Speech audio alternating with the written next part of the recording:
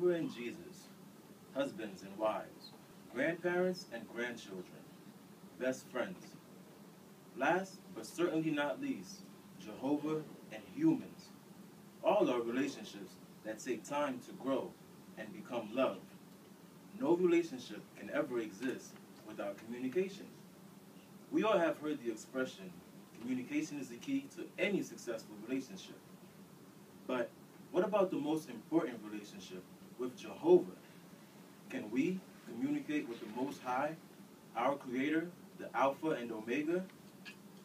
Unlike earthly rulers who are virtually impossible to communicate with, our loving Father makes it very simply possible to communicate with Him, to get to know Him, and ultimately truly love Him. That is, through prayer.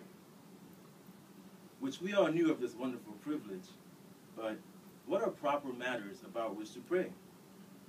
Read along with me, please. Matthew 6, verses 9 through 13. Again, that's Matthew 6, 9 through 13. You must pray them this way. Our Father in heavens, let your name be sanctified. Let your kingdom come. Let your will take place, as in heaven, also upon earth. Friends, this is our role model, King Jesus, instructing us on how to pray. Notice the first 2 points. Pray for Jehovah's name to be sanctified.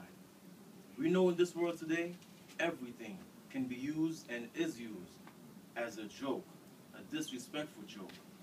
Even Jehovah's great and holy name. Second point is to pray for Jehovah's will to be done, which is ultimately the answer to everyone's prayers. Most importantly, friends, did you notice the first 2 points are for Jehovah and not ourselves?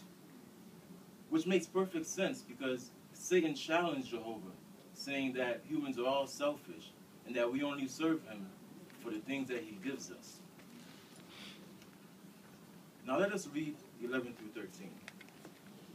Give us today our bread for this day, and forgive us our debts as we've forgiven our debtors. And do not bring us into temptation, but deliver us from the wicked one. Give us today our bread for this day. See, we're not asking for $1 million, but simply what we need for the day. And definitely ask for forgiveness, as note this, as we've forgiven our debtors. Pray for our enemies and loved ones, as stated in Matthew 5, verse 44, and James 5:16. We also pray not to fall into temptation, but deliverance from the wicked one. Last, but certainly not least, we pray for Jehovah to help us understand him, help us walk in truth, which is found in this last scripture. Friends, please read along Psalms 25, verse 4 and 5.